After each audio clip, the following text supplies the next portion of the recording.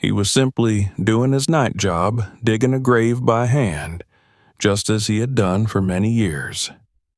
But the shovel didn't hit soil.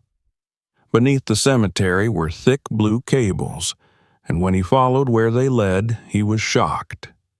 Subscribe and write in the comments which city or country you're watching this video from. For most of his life, the man had measured time not in years or seasons, but in layers of soil. He could remember where his hands had first learned the weight of a shovel, how the resistance of earth changed with depth, how certain smells belonged only to freshly opened ground. Long before the cemetery became his place of work, the ground itself had been his teacher. He had grown up in neighborhoods where buildings were temporary, but land endured, where people came and went, yet the earth remained, indifferent and patient. Loss had entered his life early, not as a dramatic rupture, but as a quiet subtraction, one presence gone, then another, until absence itself felt ordinary. By the time he reached adulthood, death no longer frightened him. It simply existed, like gravity or weather. He did not arrive at the cemetery with ambition or plans. It began as a temporary job, a way to earn steady money when other work dried up.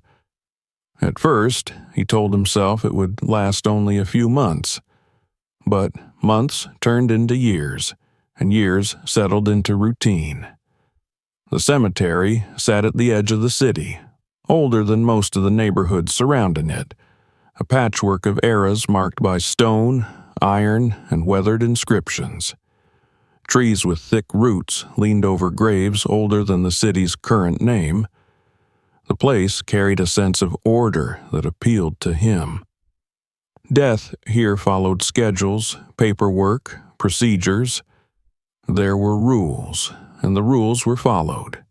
He learned quickly that he preferred the night shifts. During the day, families arrived, supervisors watched, machines roared. At night, the cemetery returned to itself. The city's noise faded, replaced by distant traffic and the occasional rustle of leaves. Under artificial light, the ground revealed its true nature. Shadows softened edges. Sounds traveled differently. The work became quieter, almost meditative. No one questioned his methods in the dark. No one rushed him. From the beginning, he refused heavy machinery. Others joked about it, said he was stubborn, old-fashioned. He let them talk. Machines tore through soil without listening. They crushed roots, snapped through layers that had taken decades to settle. A shovel required patience. With a shovel, he could feel when the earth changed, when it resisted unnaturally, when something beneath the surface did not belong. He trusted his hands more than engines. He trusted silence more than speed. Night after night, he repeated the same motions, measuring, cutting, lifting, setting soil aside in neat piles.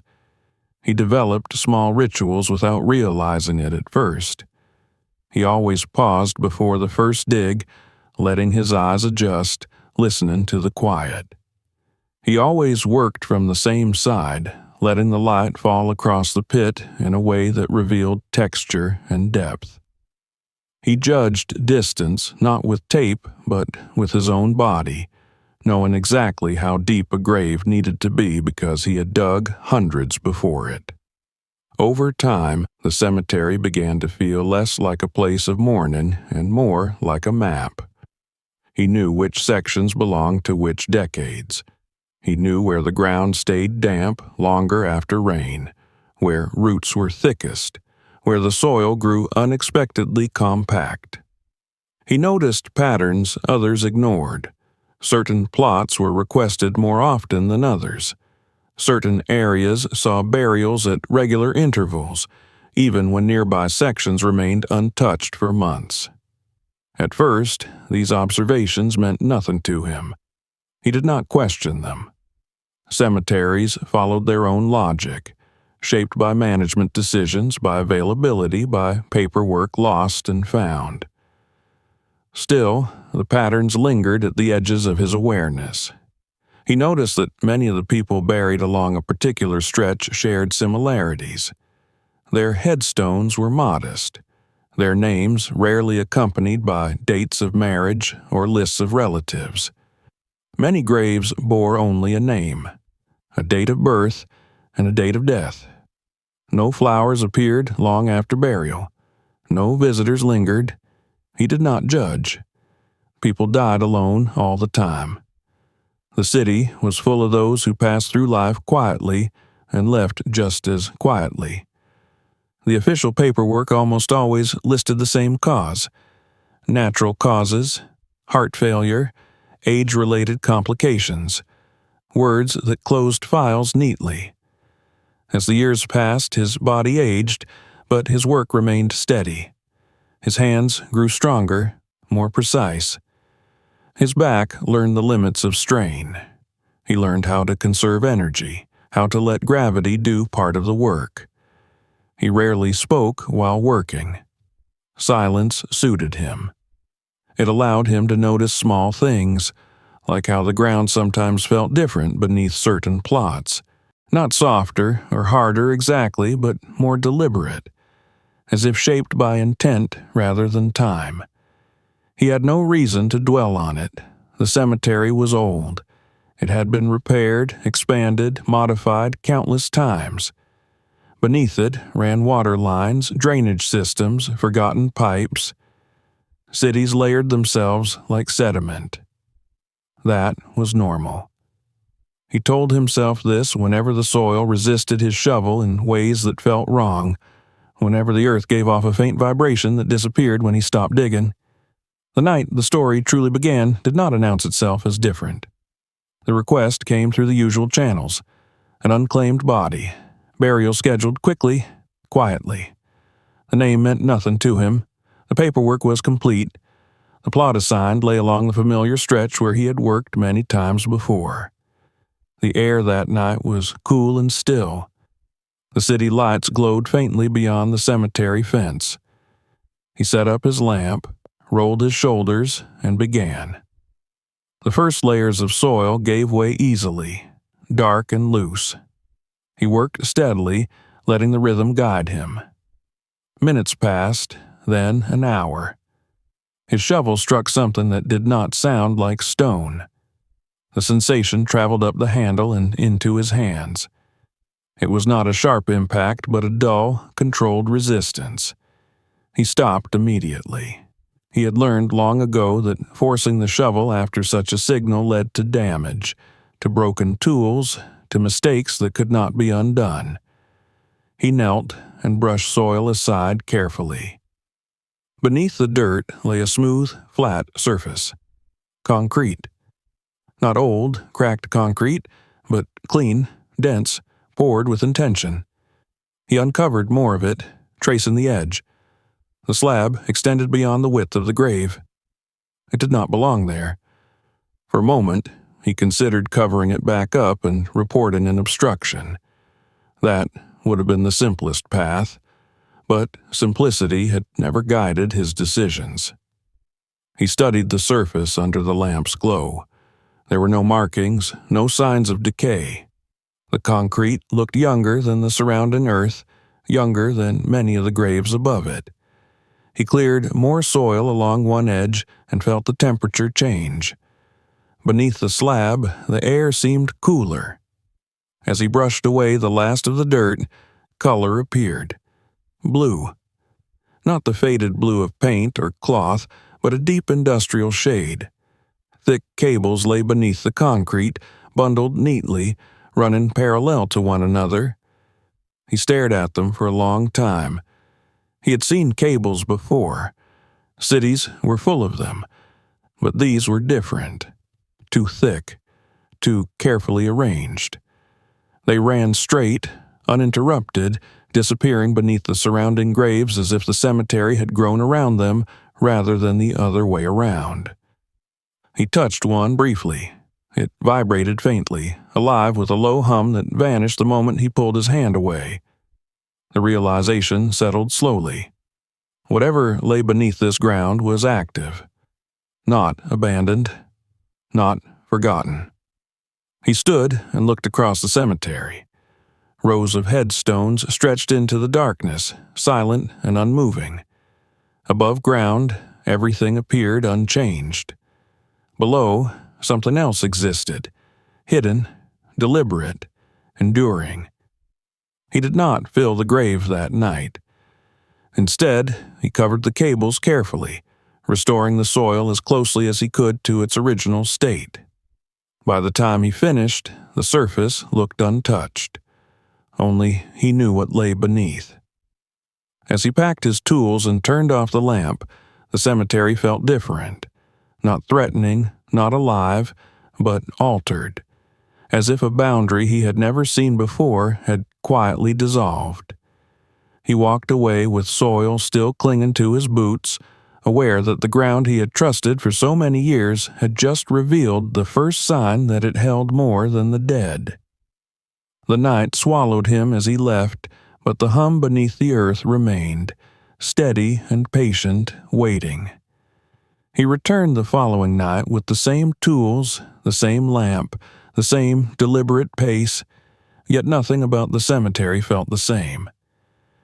The discovery he had covered the night before had not faded with rest or daylight.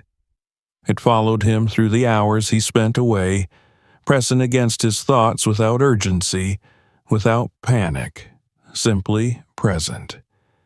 He did not tell himself stories about conspiracies or hidden dangers.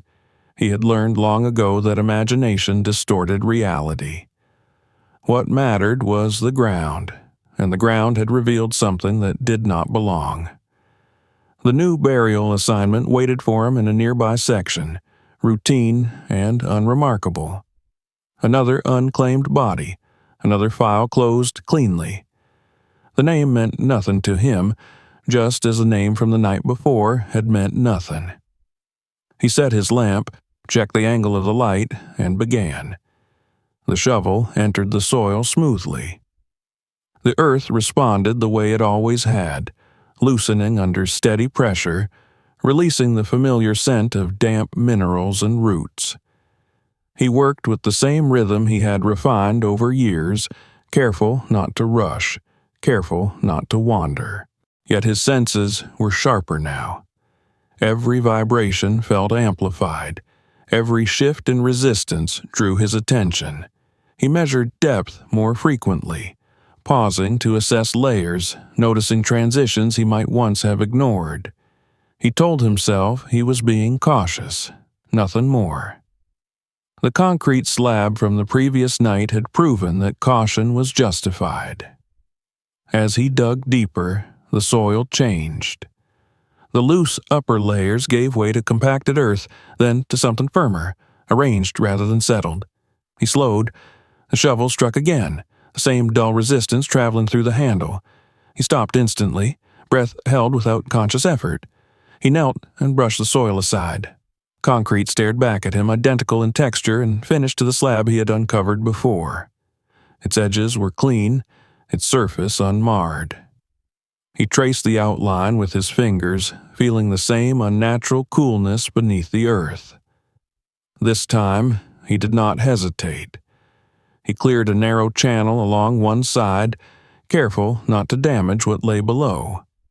Blue appeared again, thick cables bundled in precise formation, running straight and true. They did not curve to accommodate graves.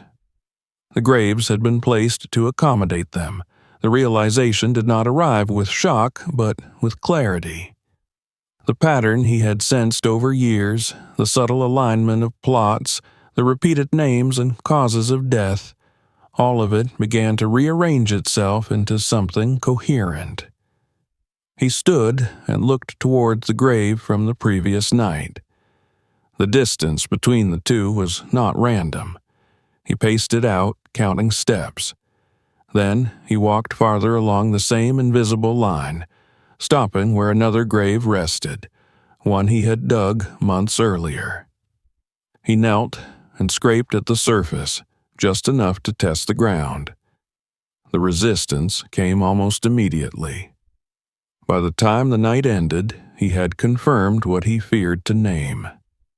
Beneath a series of graves, spaced carefully across decades, ran the same reinforced concrete and the same blue cables. They formed a line, not merely a cluster. A deliberate path cut through the cemetery, indifferent to the dead above it. Sleep did not come easily after that. When it did, it was shallow and fragmented. Images of soil layers and cables bled into one another, repeating without resolution. He woke before dawn and sat in silence, letting the unease settle into something usable. Fear was useless. Curiosity was dangerous. What remained was responsibility. Over the following nights, he began to observe more than he dug. He walked the cemetery with purpose, tracing routes that only existed in his mind. He studied the spacing of headstones, the subtle shifts in alignment that would go unnoticed by anyone without his familiarity with the ground.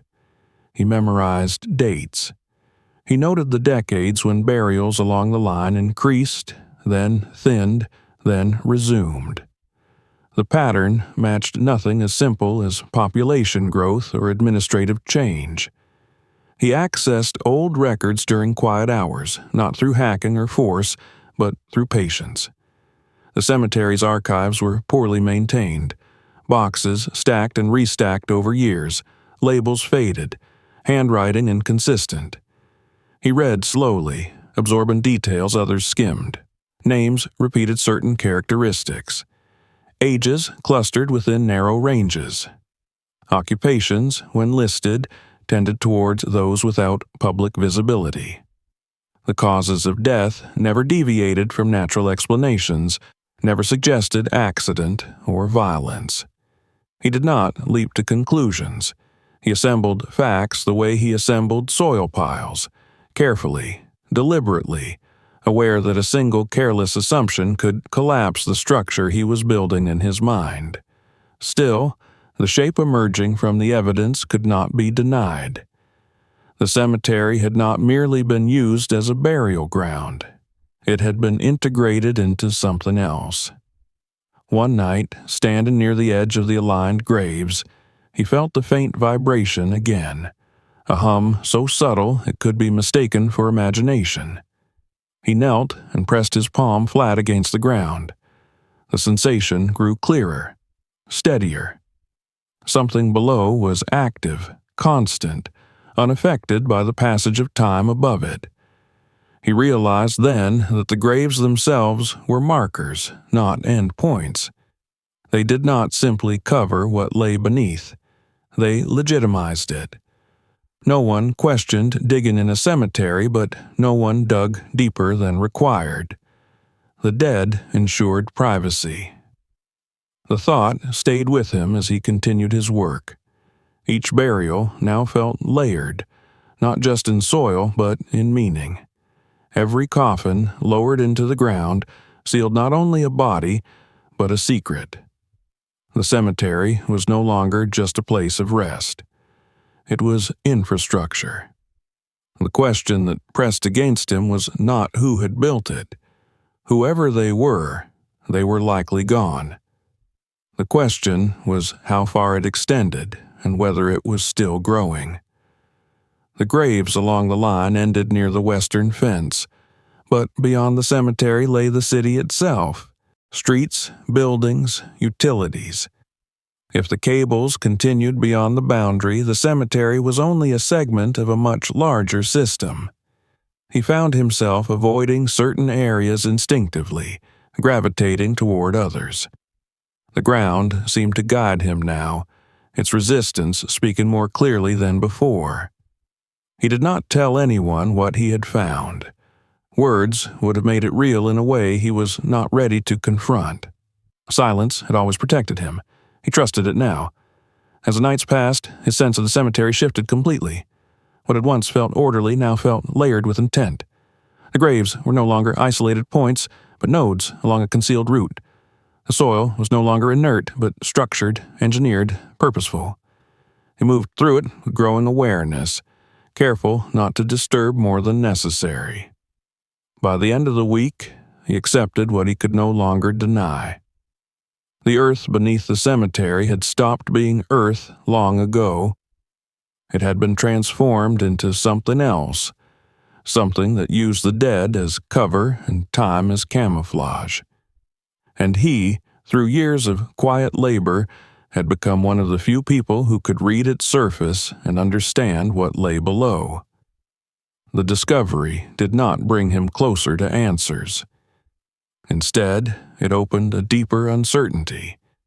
If the line existed beneath the graves, there had to be a place where it led, a point where the cables converged or descended, a source, an access. As he left the cemetery one night, he paused near an old, neglected structure at the far end of the grounds, a stone enclosure rarely visited and rarely mentioned. It had always been there, part of the background, dismissed as obsolete.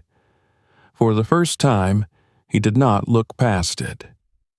The ground beneath his feet hummed faintly, steady and patient, and he understood that the earth had not merely revealed itself to him, it had invited him to go deeper. By the time he accepted that the cemetery concealed a system rather than an anomaly, his way of moving through it had changed. He no longer walked between graves as a worker passing from task to task. He walked as someone reading a surface for signs invisible to others. Every headstone, every slight rise in the ground, every irregularity in spacing became part of a silent language he was learning to interpret. He began with memory. Years of labor had left maps in his mind more accurate than any blueprint stored in an office drawer. He remembered where the shovel had sunk too easily, where it had resisted without reason, where the soil had felt strangely uniform regardless of weather or season. He retraced those memories now, night after night, pacing slowly along paths that only existed because he had walked them hundreds of times before. He stopped often, standing still, letting his body recall sensations his mind had never bothered to name. The alignment became clearer the more he allowed himself to see it. Graves, dug decades apart, shared the same invisible axis. Older headstones leaned slightly, newer ones stood straight, yet the ground beneath them told the same story. The soil compacted in familiar layers, the depth at which resistance appeared identical from plot to plot. Even the roots behaved differently there, diverted subtly, growing around something they could not penetrate.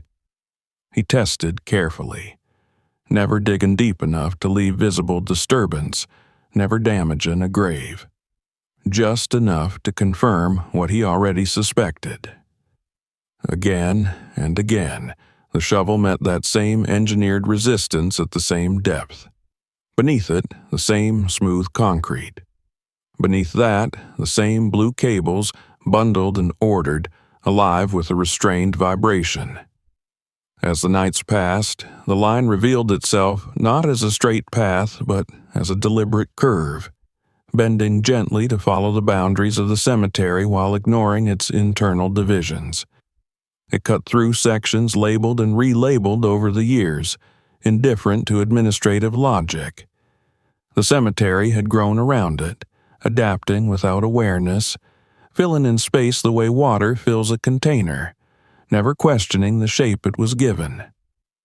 He turned to the archives again, this time with a specific purpose. Not to learn who the dead had been, but how they had been chosen. He read burial records going back 40 years, then further. He made note of those interred along the line, comparing them to those buried just beyond it. The contrast sharpened with every page. The ones above the cables shared an absence of connection. Few visitors, few surviving relatives, often none at all. Their lives, as recorded on paper, ended cleanly, without loose threads. The causes of death repeated with unnatural consistency: heart failure, respiratory collapse, complications related to age. Even when the deceased were not elderly, the language smoothed away irregularity. Nothing that would demand investigation. Nothing that would draw attention. It was not that these people had been killed. That idea never took hold. It was worse than that.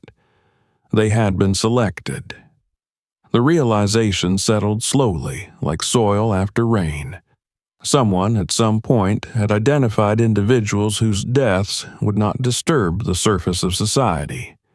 People whose passing would not echo. People who would be missed by no one loud enough to matter.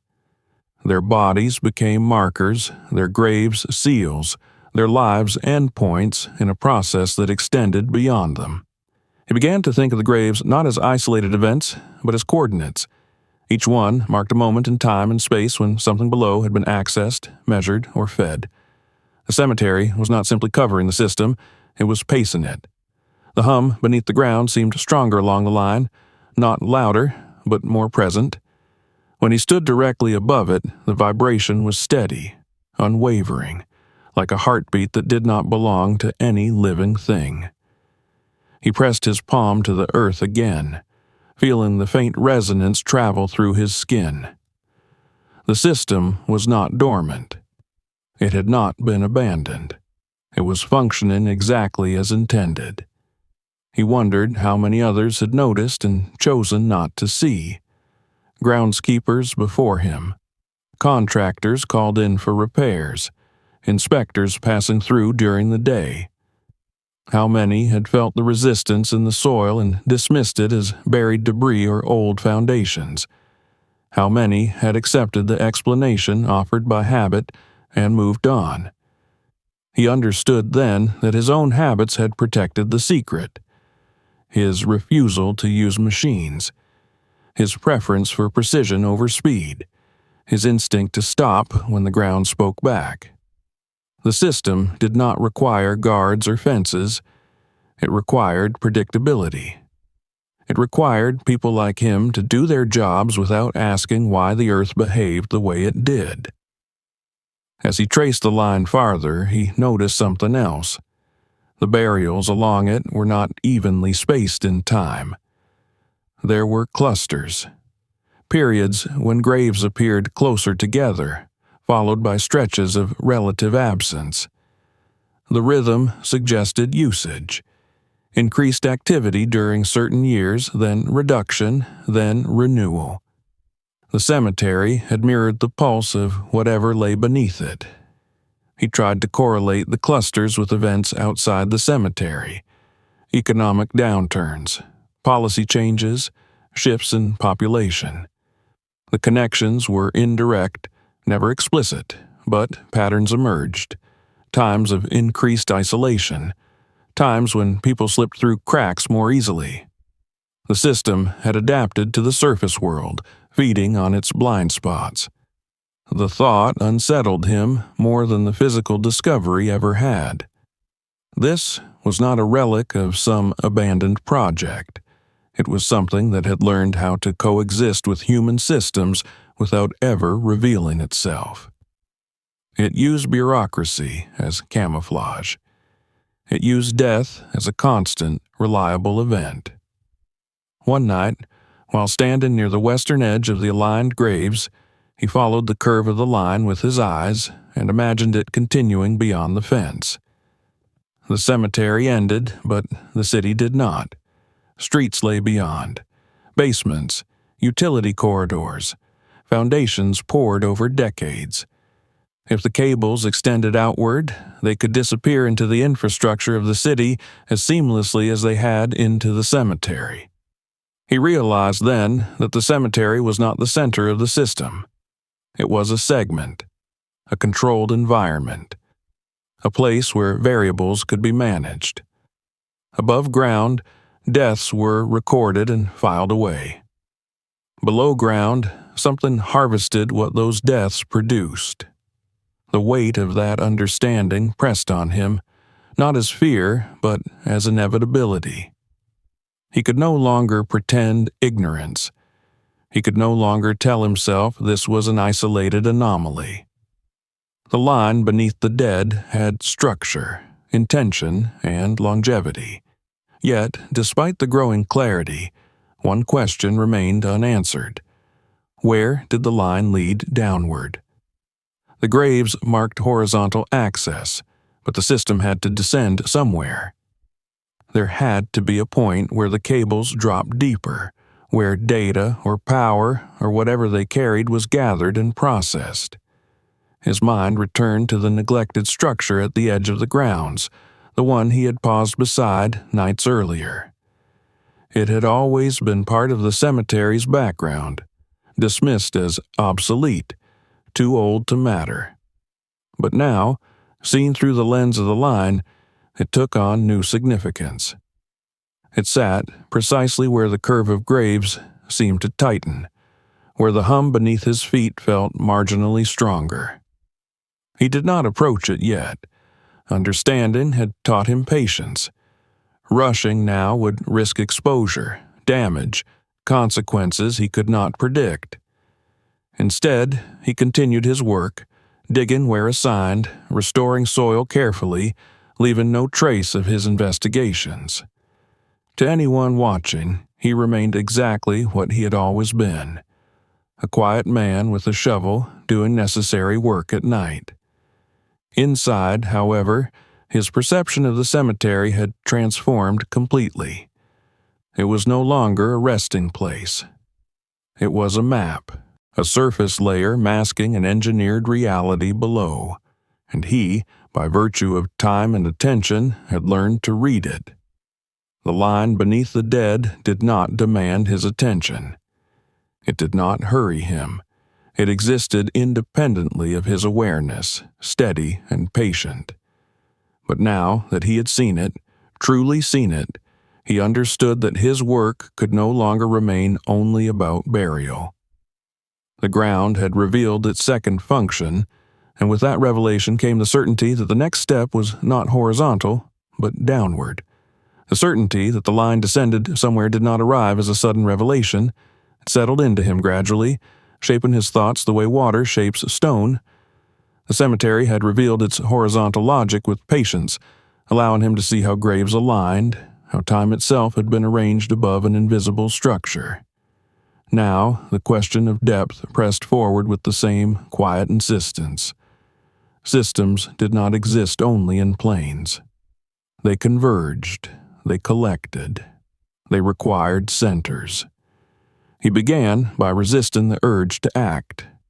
Years of manual labor had taught him that haste damaged more than tools. He watched instead. He walked the perimeter of the aligned graves repeatedly, at different hours of the night under different conditions. Rain softened the soil and sharpened contrasts. Cold tightened the ground and amplified vibration. Heat flattened sensation, forcing him to rely on memory. Through it all, the hum beneath the earth remained constant, unaffected by surface conditions, steady as something designed to endure. His attention kept returning to the neglected structure at the western edge of the cemetery. It was not remarkable at first glance. A small stone enclosure, partially sunken, its entrance sealed long ago with a rusted iron door that no longer opened. Official records labeled it as an obsolete maintenance vault from an earlier expansion, no longer in use. No one visited it. No one mentioned it. Its presence had faded into the background of the cemetery's landscape, overlooked precisely because it had always been there. Now, seen through the logic of the line, its placement felt deliberate. The curve of graves tightened as it approached the structure, as if drawn inward. The ground nearby carried a subtle difference, a faint increase in vibration detectable only when he stood still long enough to feel it through his boots. Roots avoided the area. The soil compacted unnaturally close to the surface. He approached it one night without tools, carrying only his lamp. He did not touch the door. He did not force entry. He studied the stonework instead, tracing seams with his eyes. The masonry bore signs of modification inconsistent with its stated age. Mortar newer than surrounding stone. Reinforcements disguised beneath weathering. This was not abandonment. It was concealment. The decision to enter did not feel like a choice. It felt like the next logical movement in a process that had begun long before he understood it. He waited several nights, ensuring routines remained unchanged, ensuring no one observed him lingering where he did not belong.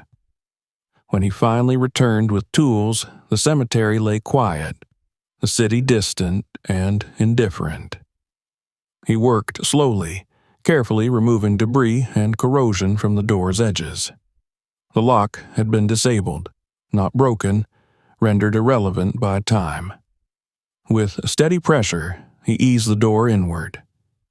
Air escaped from within, cool and stale, carrying the faint metallic scent of enclosed machinery. The sound that followed was unmistakable. A low, continuous hum, deeper and more concentrated than anything he had felt above ground. The passage descended steeply, cut cleanly through earth and reinforced with concrete. He moved downward with controlled steps, lamp angled to reveal texture and depth. The temperature dropped noticeably. Moisture condensed on the walls, not from groundwater seepage, but from controlled airflow. Ventilation, active and purposeful. As he descended, the sound grew clearer. Not chaotic, not loud, but layered.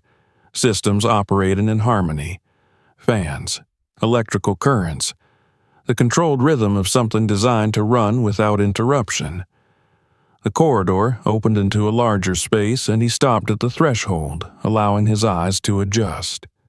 Rows of equipment extended beyond the reach of his lamp, their outlines sharp and intentional. Server racks stood in ordered lines, lights blinking in slow measured patterns. Thick blue cables fed into them from above, from the very line that ran beneath the graves. The connection was absolute. He stepped inside, boots echoing softly against the concrete floor. The air was dry and cool, filtered and circulated. The space bore none of the decay associated with abandoned underground rooms. This place was maintained, monitored, sustained, not by visible human presence, but by design. He moved between the racks, reading labels where they existed, noting serial numbers, timestamps, maintenance logs printed and laminated, updated years ago and left in place. The technology spanned generations, newer components integrated seamlessly with older frameworks. This was not a single installation frozen in time. It had evolved. At the far end of the room, the cables converged, descending further into reinforced channels. Screens mounted along the walls displayed streams of data, scrolling continuously. He did not understand the specifics at first glance, but the structure was clear. Inputs, storage, processing, outputs. A closed system, self-contained and autonomous. He realized then that this was not merely an extension of the cemetery. The cemetery was an interface, a controlled environment through which something essential was gathered. Above ground, death occurred in predictable, documentable ways.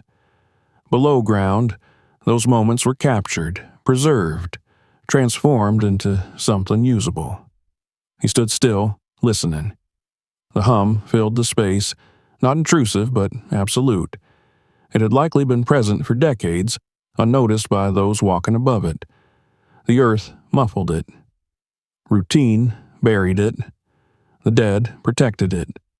The scale of the installation unsettled him more than its existence. This was not the work of a small operation or a temporary project.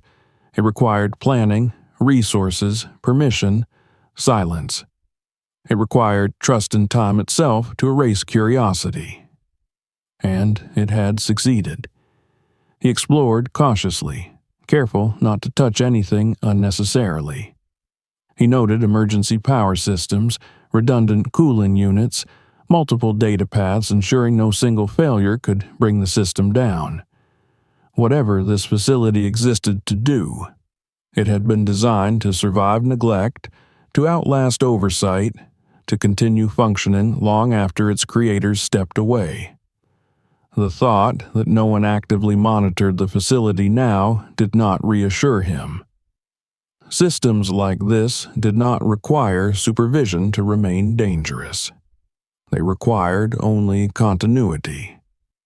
He traced the cables back toward the ceiling, imagining them rising through the concrete shaft, splitting beneath graves, threading their way beneath markers of human finality. Each burial above represented not just an end, but a moment of input, a transfer. When he finally turned to leave, the realization settled fully. This place was not hidden because it was forgotten. It was hidden because it worked best when unseen. It did not need secrecy enforced by guards or alarms. It relied on the assumptions people carried about death, about burial, about what lay beneath places designated for rest. The climb back to the surface felt longer than the descent. Each step upward returned him to a world that now felt thinner, less substantial. When he emerged into the night air, the cemetery greeted him with a familiar stillness. Headstones stood unchanged. The ground appeared inert. Nothing above ground acknowledged the machinery humming below. He closed the door carefully, restoring its appearance as closely as possible. By the time he stepped away, the structure looked as neglected and irrelevant as it always had. Anyone passing would see nothing worth questioning. But he knew now that beneath the graves, beneath the rituals and records and silence, a system persisted. It gathered something from death itself, processed it, stored it, and continued without pause. The cemetery was not merely a cover, it was a necessary component. As he resumed his work in the following nights, the weight of that knowledge altered everything. Each grave he dug now existed in 2 dimensions at once. Above, a body returned to Earth. Below, a network received another silent contribution, and he understood that what he had uncovered was not the end of the mystery, but its foundation. The days that followed his descent into the underground facility passed with an unsettling calm. Nothing on the surface changed. The cemetery gates opened and closed at their usual hours. Paperwork continued to arrive, names typed neatly onto forms, dates aligned with schedules. Bodies came and went. Above ground, the world remained orderly and indifferent. Below, the system continued to hum, uninterrupted by his discovery, untouched by his presence. He understood quickly that whatever existed beneath the cemetery had been designed to endure observation. It did not react to being seen. It did not defend itself or conceal itself further. It simply continued. That realization troubled him more than any alarm or warning could have. Systems that expected discovery were far rarer than those that feared it. He began to return underground in small increments, never staying long enough to create a pattern, never touching more than he needed to. Each visit deepened his understanding, not through sudden revelation, but through accumulation. He read what he could, not personal messages or dramatic confessions, but technical documentation left behind because no one had bothered to remove it. The language was clinical, stripped of emotion and justification. It spoke only of processes, parameters, thresholds. At first, the data streams meant little to him. Columns of numbers updated continuously, marked by timestamps that aligned not with the present moment, but with recorded events above ground. He noticed the lag, the way inputs spiked briefly and then stabilized. When he compared those timestamps to burial records, the correspondence became impossible to ignore. Each surge in activity matched a death.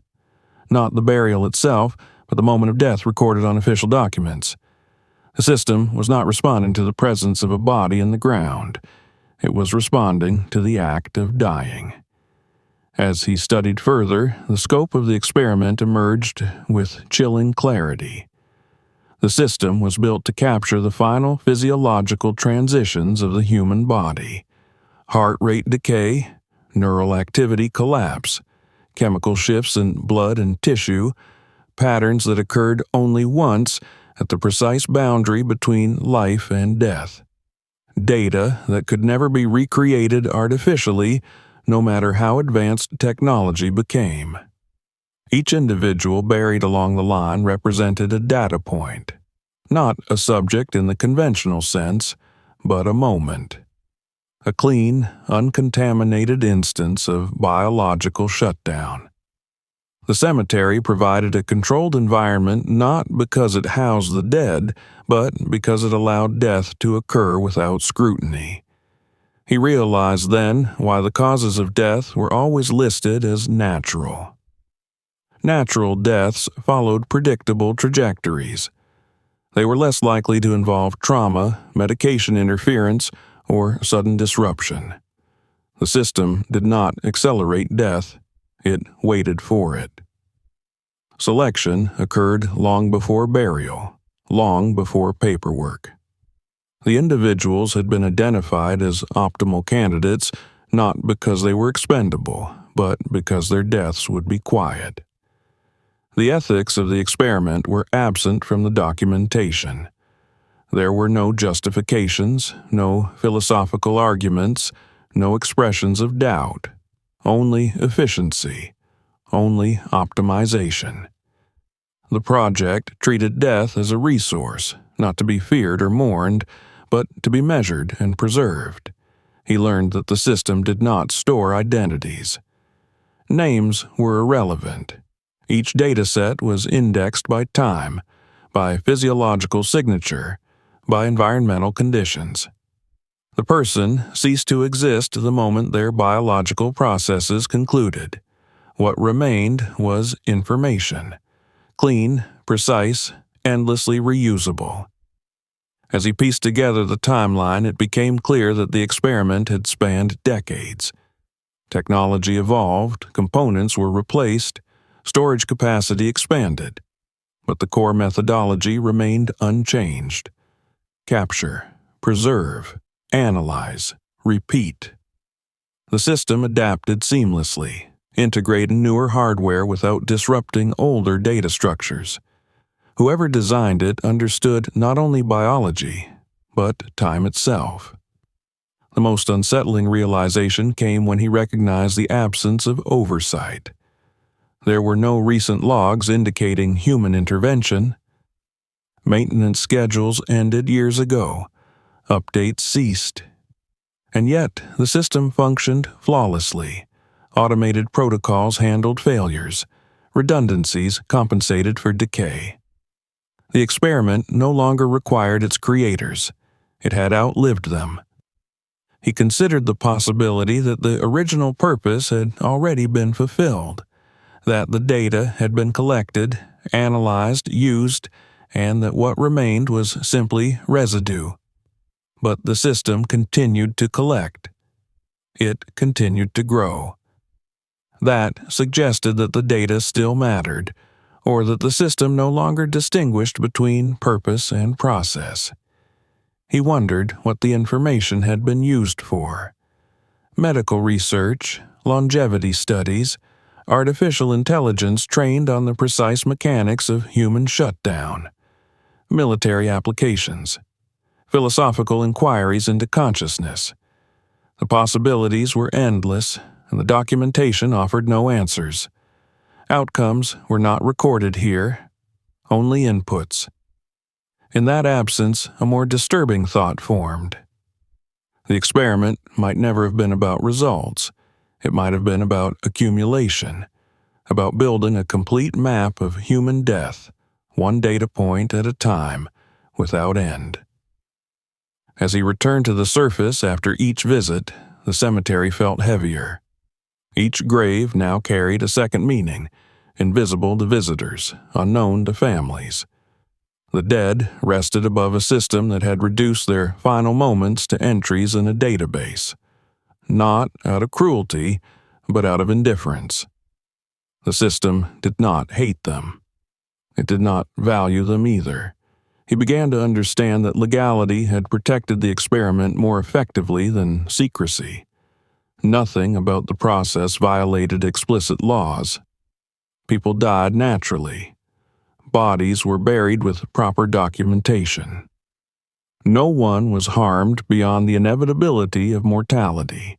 The system exploited a space where ethics had no clear jurisdiction. The thought haunted him as he continued his nightly work. He dug graves knowing that each new burial might one day align with the line, might one day become another silent contribution. He could not tell whether the selection process was still active, or whether the system simply waited for suitable deaths to occur on its own. Either possibility was equally unsettling. What troubled him most was not the scale of the experiment, but its emptiness. There was no sense of triumph, no culmination, just endless recording. The system did not celebrate knowledge, it consumed it. He began to see the cemetery not as a place of exploitation, but as a mirror. It reflected society's willingness to ignore what happened to those who left quietly. The experiment thrived not because it was hidden, but because it was aligned with neglect already present above ground. By the time he reached this understanding, he no longer questioned why the system had chosen the cemetery. He questioned why it had taken him so long to see it. Death had always been data. The system had simply formalized that truth. And now that he knew, fully and without illusion, the experiment no longer felt distant. It felt personal, because understanding brought with it an unavoidable realization. The system did not need his consent to continue, but it did need his silence. The knowledge did not sit within him as a revelation so much as a slow recalibration. Once he understood what the system was and how long it had been functioning, he began to see himself differently within its scope. Nothing about his daily routine had changed on the surface. He still arrived at the cemetery at the same hour, unlocked the same gates, checked the same lists. His shovel still entered the soil with familiar resistance. Yet, beneath those repetitions, a quieter awareness took hold, threading through every movement. He was no longer merely working above a hidden mechanism. He was working as part of it. At first, he resisted that thought. He told himself that discovery did not equal participation, that observation did not imply consent. But denial had never lasted long in his life. The evidence was too consistent, too deeply embedded in years of routine. His habits had not only aligned with the system, they had preserved it. He began to replay memories he had never considered significant. The times supervisors suggested using machinery to speed up work, and he declined without argument. The instances when temporary workers damaged underground structures elsewhere in the city, and he had quietly warned against similar risks here. The subtle choices he made every night, stopping when the ground felt wrong, adjusting depth by instinct rather than instruction. Each decision, innocuous on its own, had contributed to maintaining the integrity of what lay below. He realized that the system did not require active protection. It required compatibility. It thrived because it existed within a framework of predictable human behavior. Cemeteries followed routines, workers followed habits, machines followed rules. The system had been built to fit inside those patterns so precisely that it became invisible. And he had been the ideal component. He possessed no authority that could threaten it, no curiosity that demanded explanation, no ambition that sought recognition. He worked alone at night, preferred silence, and avoided attention. His background offered no leverage.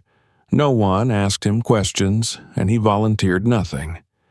Even now, with the truth fully formed in his mind, he understood that speaking would not be simple. Knowledge required language, and language created consequences that could not be controlled. The realization did not produce guilt in the way he might have expected. He had not chosen this role consciously. He had not agreed to protect anything. Yet, a different emotion surfaced, heavier and more persistent. Responsibility without agency. He could not claim innocence because his actions mattered.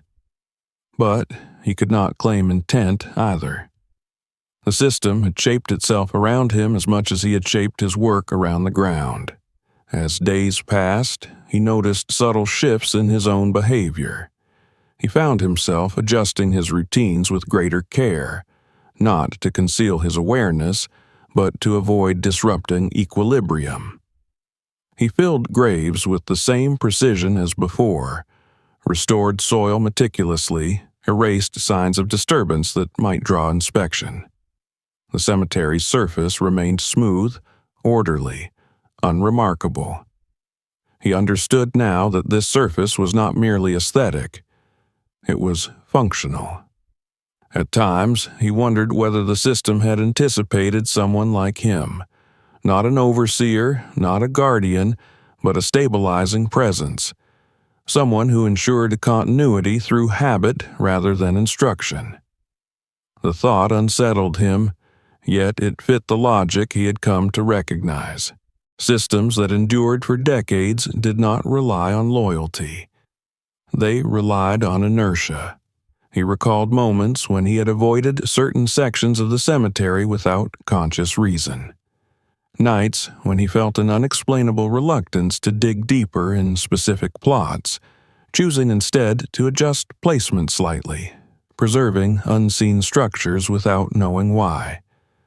Those instincts had not been random. They had been informed by subtle cues, by vibrations felt through his hands, by resistance sensed through muscle and bone. His body had learned the system before his mind ever named it. That realization blurred the boundary between coincidence and design. Had the system merely benefited from his presence, or had it shaped his preferences over time? He dismissed the idea of manipulation quickly. The system did not need to influence thought. It needed only to exist long enough for human behavior to adapt around it. He began to understand that leaving his job would change nothing. Another worker would take his place. Perhaps someone less careful. Perhaps someone more curious. The system would adapt, as it always had. If disruption occurred, it would not be because of him, but because chance finally collided with design. His presence delayed that collision. His absence might accelerate it. This understanding placed him in a quiet bind. Staying meant complicity through maintenance. Leaving meant abandoning control to unpredictability. Neither option felt moral. Both felt inevitable. He found himself thinking about the people buried along the line, about their lives before they became data points. He did not romanticize them. He did not imagine conversations or regrets. Instead, he considered the structure that had identified them as suitable. The system had not created their isolation. It had exploited it. It functioned because society already allowed certain lives to end without echo. That, more than anything, stripped the situation of simplicity. There was no villain to confront, no single decision to reverse. The system existed because it reflected existing priorities. Efficiency over reflection, order over scrutiny, silence over discomfort. He began to feel that his own life fit the same pattern. He had moved through the world quietly, without leaving marks that demanded explanation. His work supported structures others ignored. His presence was tolerated because it was unobtrusive. In that sense, he and the system were aligned not by intention, but by design. The thought that he could be replaced without consequence did not frighten him. What unsettled him was the realization that the system did not require belief, secrecy, or enforcement.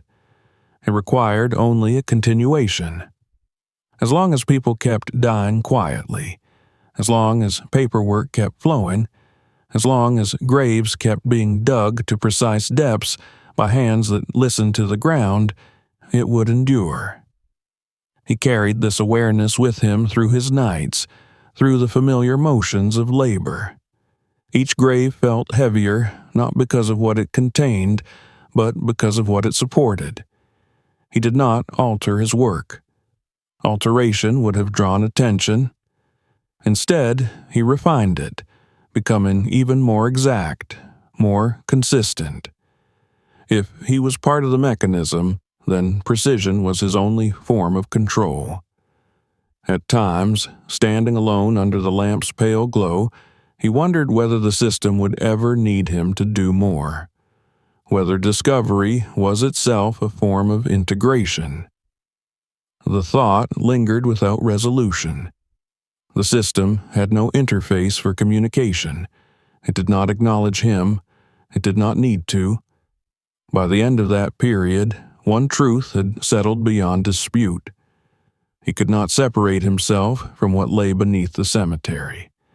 His work sustained it, and his knowledge bound him to it. He was no longer merely a witness. He was a variable within a machine that did not recognize morality, only continuity. And with that understanding came a deeper, quieter fear.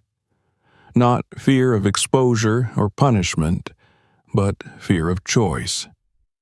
Because knowing his role meant he would eventually have to decide whether to remain what he had become or attempt an action whose consequences he could neither predict nor escape. The fear that settled into him after accepting his place within the system was not sharp or paralyzing.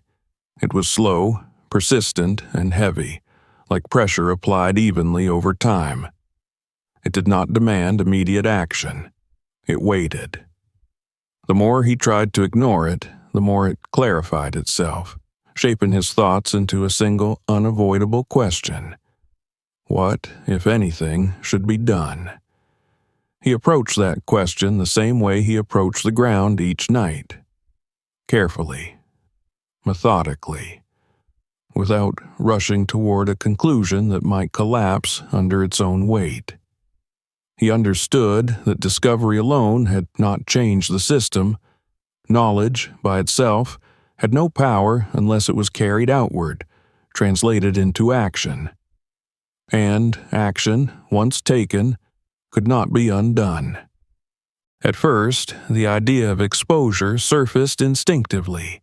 He imagined authorities descending on the cemetery, machinery tearing through graves, lights flooding the underground facility, investigators cataloging servers, analysts poring over data, journalists constructing narratives that would reduce decades of silent accumulation into headlines and outrage.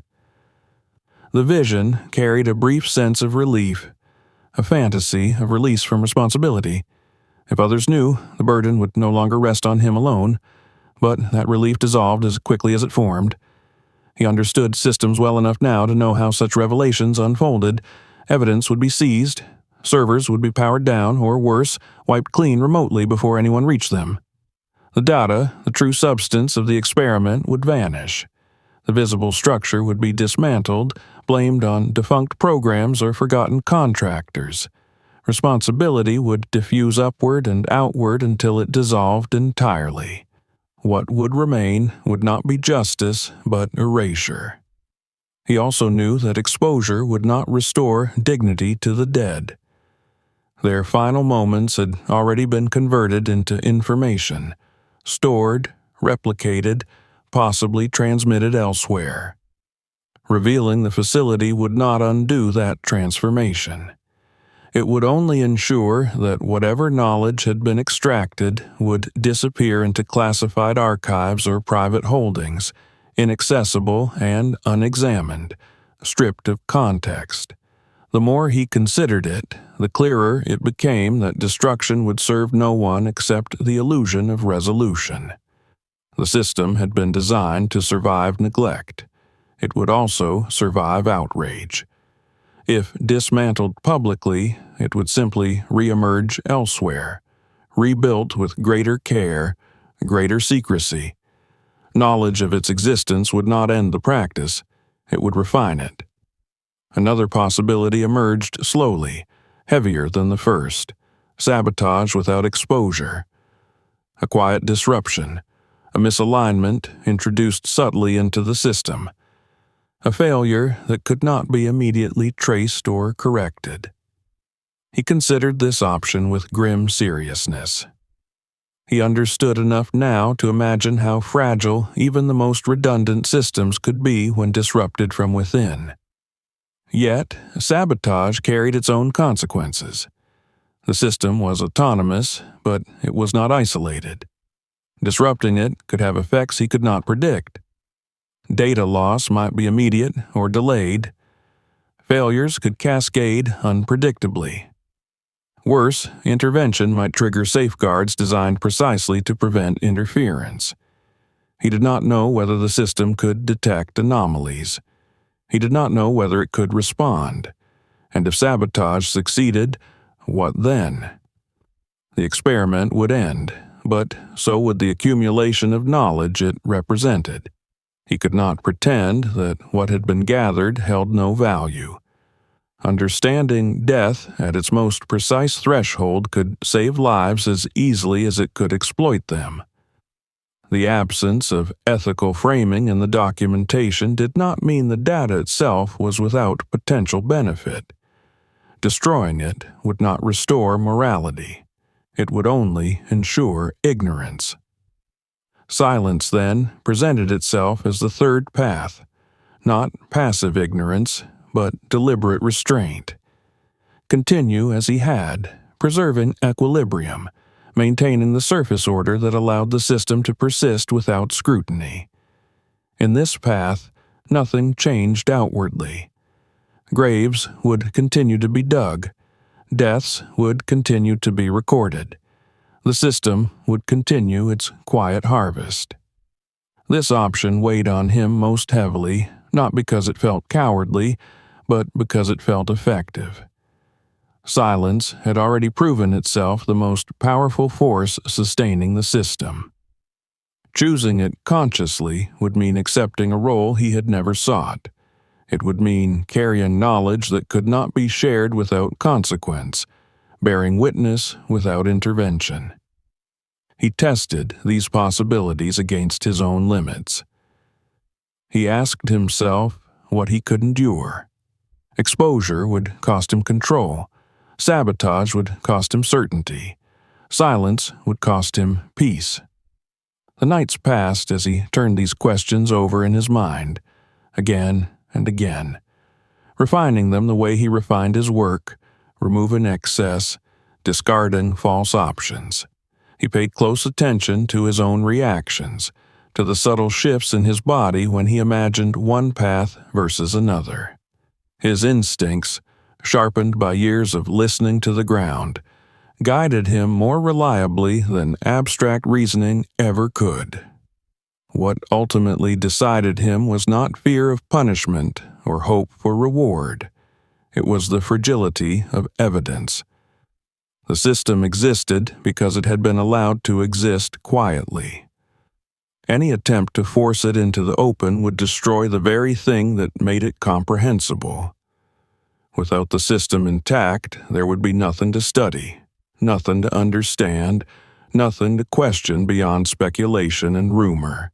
He came to see that the most radical act available to him was not exposure or destruction, but preservation of truth without disclosure.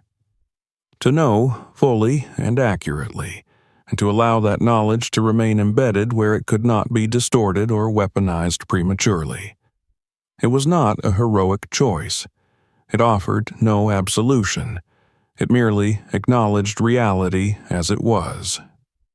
With that realization, his decision formed without ceremony. He would not interfere. He would not reveal what he had found. He would continue his work exactly as before, with the same precision, the same restraint. He would allow the system to persist, not because he believed in it, but because dismantling it blindly would only replace one form of exploitation with another, less visible one. This choice did not bring him comfort. It brought him clarity. He understood that by choosing silence, he accepted solitude. There would be no one to share the burden with, no one to confirm or deny his conclusions. The knowledge would remain his alone, shaping his perception without offering release. He would carry it as he carried the weight of soil each night, lifting and setting it down carefully, aware of its mass, respectful of its consequences. As he stood one night above a newly filled grave, smoothing the surface until it blended seamlessly with the surrounding ground, he felt no sense of resolution, only continuity. The cemetery remained quiet. The city beyond remained unaware. Beneath his feet, the system continued its measured work, indifferent to his thoughts, unchanged by his choice. He realized then that the decision he had made would never be tested publicly. There would be no moment of validation, no recognition. The choice would remain invisible, as hidden as the cables beneath the graves. Its impact would be measured only in absence. Absence of disruption, absence of exposure, absence of closure. And in that absence, he understood the final weight of what he had accepted. He had chosen to become a silent boundary between knowledge and action, a human threshold much like the one the system studied so obsessively, a point where understanding ended and restraint began. The ground beneath him hummed softly, steady and unbroken. The choice had been made, and no one, above or below, would ever know. After the decision settled into him, life did not fracture or reform. It aligned. The cemetery received him each night the way it always had, without acknowledgement or resistance. Gates creaked open. Lamps cast their limited circles of light. Paperwork waited on the desk, names already assigned to places in the ground. The continuity felt deliberate now, no longer neutral. He moved through it with the calm precision of someone who understood that repetition was not absence of change, but its most stable form. His work resumed its familiar cadence, yet perception altered everything. Where once he had seen isolated graves, he now saw intersections. Where he had seen rows, he saw pathways. The cemetery revealed itself as a surface diagram, each marker a node anchored to something far more intricate beneath. The dead rested above a system that did not distinguish between past and present, only between inputs and silence. He dug with the same care as before, but awareness sharpened his attention to detail. Soil was not merely soil. Each layer represented a threshold already crossed by countless others. Each shovel of earth removed was an action mirrored invisibly below, where data streams adjusted, storage expanded, and processes continued their endless calibration. He did not imagine this correspondence. He had seen it, traced it, confirmed it beyond doubt. The underground facility did not require his visits anymore. He did not descend again. There was nothing left to learn there that he did not already understand in principle. The system functioned autonomously, uninterested in observation. It did not seek validation. It did not respond to presence. Knowing when to stop was as important as knowing when to dig deeper, and he recognized that further intrusion would not deepen understanding. It would only create risk. Instead, he studied the surface. Over time, he began to perceive the cemetery as a living map, not alive in the organic sense, but active. New burials did not occur randomly. They adhered to availability, policy, convenience. Those forces, in turn, interacted subtly with the hidden line beneath. The system did not dictate placement overtly. It waited, allowing administrative decisions to drift into alignment. Where coincidence failed, time corrected. He noticed that as older sections filled and new ones opened, the line adjusted its influence without movement. The system did not extend itself aggressively. It allowed expansion to come to it. When new plots were added near its trajectory, they were quietly integrated. When expansion moved away, the line remained dormant, waiting for the cemetery to curve back. Patience, he understood, was the system's most effective mechanism. Each burial reinforced the structure's invisibility. Families focused on grief, logistics, closure. Workers focused on schedules and efficiency. No one questioned depth or resistance as long as the grave met regulations. The cemetery absorbed attention and dispersed it harmlessly. It was a perfect interface, absorbing human meaning while delivering human absence below. As months passed, he realized that the system had no endpoint. There was no completion threshold, no final data set that would signal fulfillment. Death would continue as long as life did. The experiment, if it could still be called that, had become an archive without closure. It accumulated not because it needed to, but because it could. He considered at times what might happen after he was gone. Another worker would arrive, someone less attentive, perhaps, someone more hurried. The system would adapt. If disruption occurred, it would correct.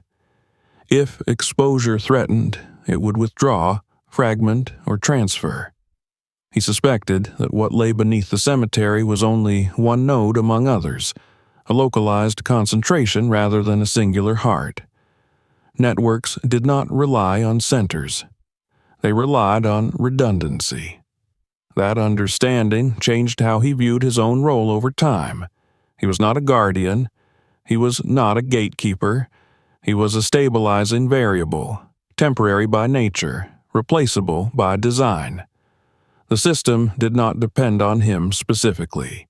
It depended on the persistence of ordinary labor, the predictability of human routines, the willingness of society to accept death as an administrative event rather than a moment worthy of scrutiny. He began to think of the cemetery not as a place of rest, but as a threshold environment, a zone where life transitioned into documentation, where the final act of existence was reduced to form and procedure. Beneath that reduction, something else gathered what could not be captured on paper. Signals, patterns, traces of processes that vanished too quickly for conventional observation. The system did not mourn that loss. It extracted value from it. There were nights when the weight of that knowledge pressed harder than usual. Standing alone beside a freshly filled grave, smoothing soil until no sign of disturbance remained, he sometimes felt the quiet accusation of awareness. Not guilt, exactly, but proximity. He stood closer to the truth than anyone else, yet remained silent by choice. That silence did not absolve him. It defined him. Still, he did not regret the decision. Regret required imagining an alternative that led to clarity or justice. He saw no such path. Any action he might have taken would have fractured the system into shadows harder to detect and easier to deny. By remaining where he was, by continuing to see without interfering, he preserved the possibility that understanding might one day extend beyond him, intact and uncorrupted by panic or ambition. In moments of rare abstraction, he wondered whether the system would ever intersect with something that forced its emergence. A technological failure too visible to ignore.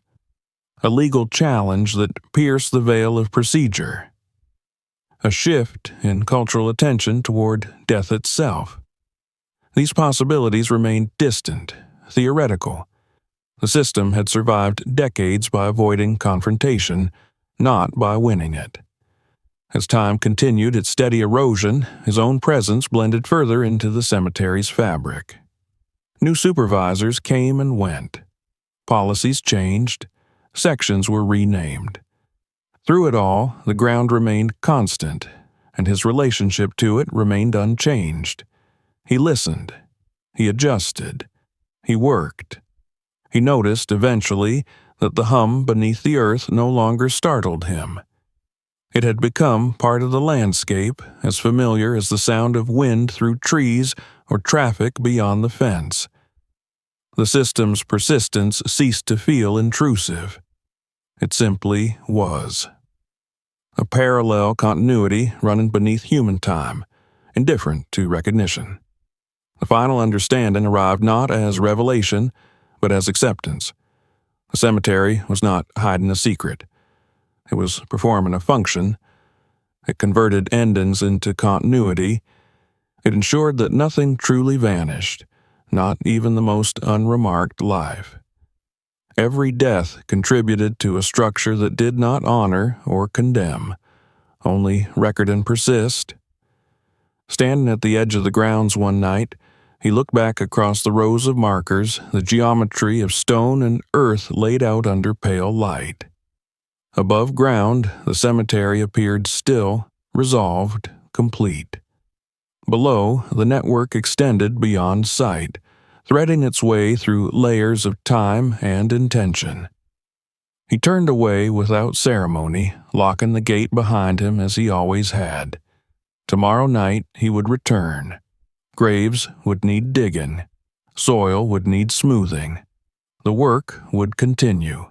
And beneath it all, unseen and uninterrupted, the network would endure. Patient as the earth itself, gathering what humanity released and waiting, as it always had, for the next quiet ending. If this story made you think twice about what lies beneath the surface, don't stop here. Subscribe now so you don't miss the next story, the ones that go even deeper and uncover what most people never notice. Watch the next video on the channel and explore other stories that reveal hidden systems, buried truths, and quiet discoveries that change everything. Share this video with someone who loves mysteries like this. You never know what they'll see that you didn't.